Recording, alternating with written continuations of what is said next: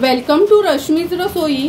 छानसा असा पाऊस चालू झाला आहे आणि पावसाळ्यात प्रत्येकालाच भजी खावीशी वाटतात। कांदा भजी, बटाटा भजी किंवा कॉर्न भजी तर आपण नेहमीच खात असतो, पण आपण जेव्हा मुंबईला महालक्ष्मीच्या मंदिरात जातो त्याच्या मागे नेहमी तिकडची स्पेशल अशी मूग डाळ भजी प्रत्येकालाच खावीशी वाटतात, पण बनवायची कशी हे माहिती नसतं।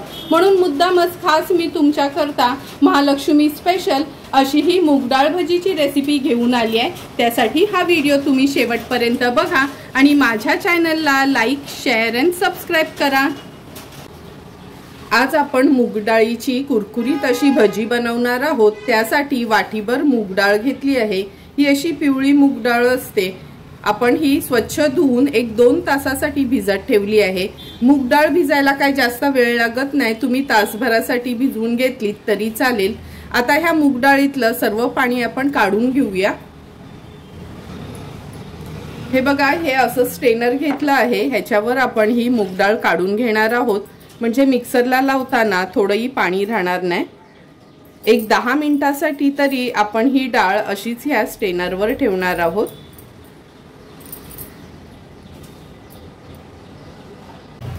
दहा ते 15 मिनिटं झाले। ही डाळ आपण ह्या चाळणीत अशी काढून ठेवली होती। हे बघा, जे पण एक्स्ट्राचं पाणी आहे ते ह्या बोलमध्ये आलं आहे। आता ही डाळ मिक्सरमध्ये काढून घेऊया। तुम्ही बघू शकता मिक्सरच्या भांड्यात आपण ही मुगाची डाळ काढून घेतली आहे। थोडाही पाण्याचा वापर करायचा नाही। आल्याचा एक मोठासा तुकडा आणि 2 ते 3 हिरव्या मिरच्या आपण घेतल्या आहेत, त्या आपण ह्याच्यामध्ये ऍड करूया। चवीप्रमाणे मीठ ऍड करते। अर्धा चमचा जिरं घेतलं आहे। आता हे जाडसरच आपण मिक्सरला फिरवून घेणार आहोत। हे बघा, पाणी न घालता आपण जाडसरच ही मुगाची डाळ मिक्सरला फिरवून घेतली आहे। या बोलमध्ये मी काढून घेते।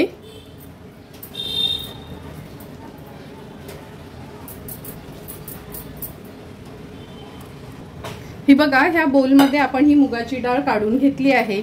आता एक 7-8 मिऱ्या घेणार आहोत, काळी मिरी। खलबत्त्यातनं अगदी रफली आपण अशी चेचून घ्यायची आहे।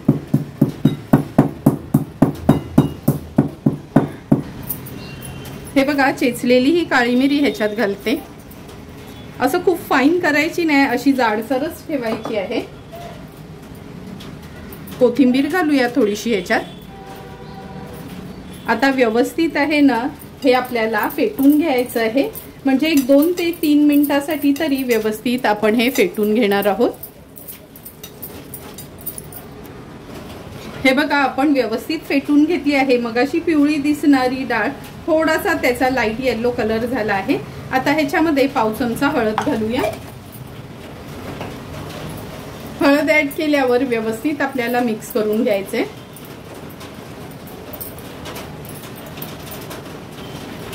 मुगाच्या डाळीचं भजीचं बॅटर आपलं तयार झालं आहे। आता आपण लगेचच ही भजी तेलात सोडूया। हे बघा, तेल पण आपण व्यवस्थित तापवून घेतलं आहे। थोडासा पाण्याचा हात घेऊन ही भजी आता आपण तेलात सोडणार आहोत। लक्षात ठेवा, भजी तेलात सोडताना गॅसची फ्लेम मी लोवर करते आणि छोटी छोटी अशी आपण ही भजी तेलामध्ये सोडूया।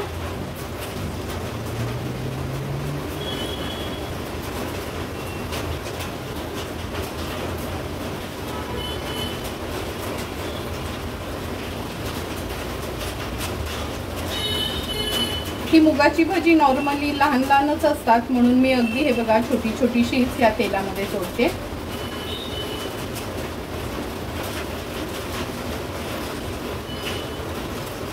गॅसची फ्लेम आपल्याला अगदी लोवर ठेवायची आहे, कारण का हाय फ्लेमवर ठेवलीत ना तर वरना फक्त त्याचा कलर चेंज होईल, पण आतून छान अशी क्रिस्पी बनणार नाही।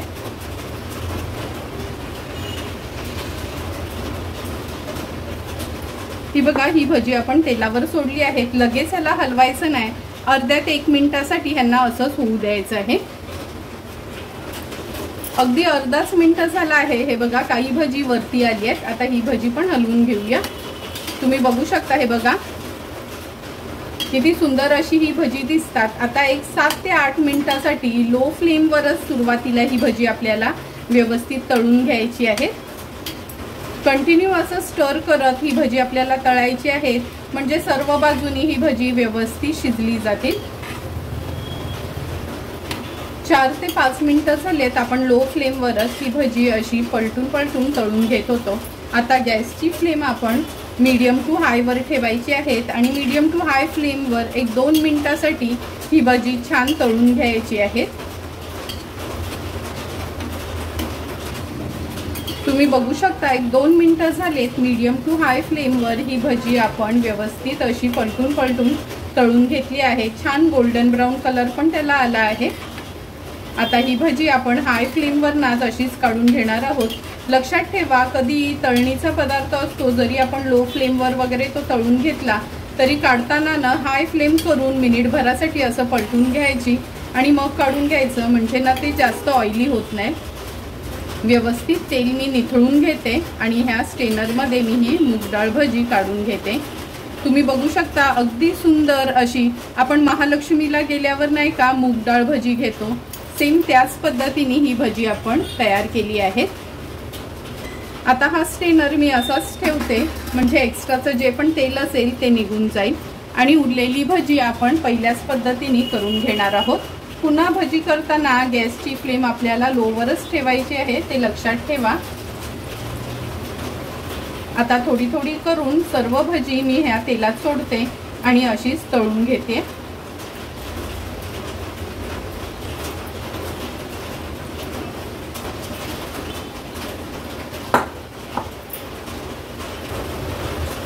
तुम्ही बघू शकता आपली ही सेकंड बॅच पण भजीची जवळपास तळतच आली आहे।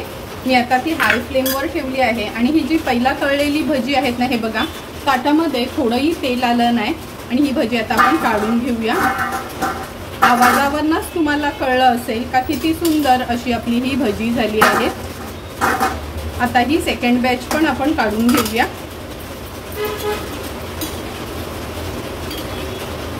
उरलेली भजी आता मी अशाच पद्धतीने थोडी थोडी करून तळून घेते।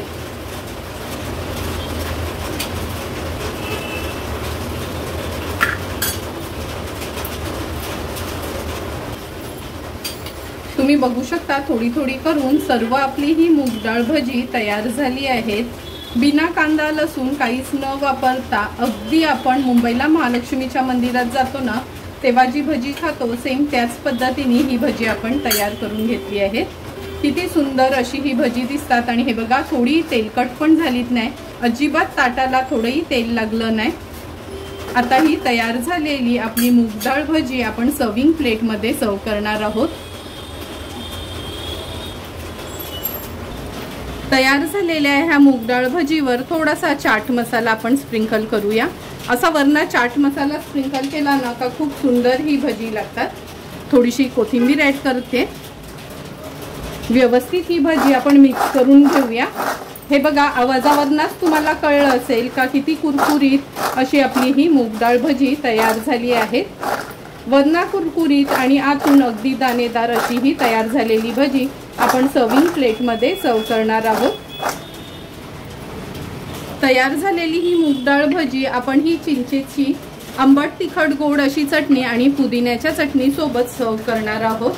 तुम्हाला पण जर मी बनवलेली सेम महालक्ष्मी मंदिराच्या इथे मिळतात तशीच ही मूग डाळ भजीची रेसिपी आवडली असेल तर तुम्ही पण नक्की बिना कांदा लसणाची ही मूग डाळ भजी एकदा तरी ट्राय करा आणि मला कमेंट करून सांगा की तुम्ही बनवलेली ही मूग डाळ भजी कशी झाली आहे ती।